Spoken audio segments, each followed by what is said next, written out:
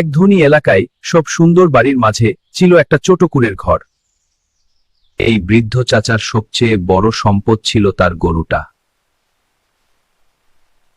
প্রত্যেকদিন তিনি গরুটা নিয়ে নদীর ধারে ঘুরতে যেতেন। এই লোকটা এখন এত গরিব কেন? তখন হঠাৎ আকাশ থেকে এক চিল পাখির আবির্ভাব হলো। জলপরীর বাচ্চাটা পাখির পা থেকে পড়ে গেল। গরুটা অবাক হয়ে গেল। সে বুঝতে পারল এই বাচ্চাটা জলপরীদের, তাই সে জলে দিয়ে আসলো। তোমাদের উপকার আমি কোনোদিন ভুলব না।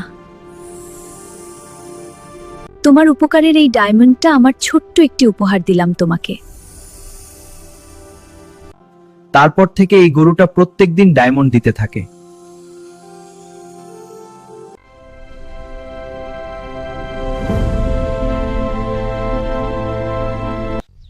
ও আল্লাহ, এত ডায়মন্ড আমার গরুটাই দিচ্ছে।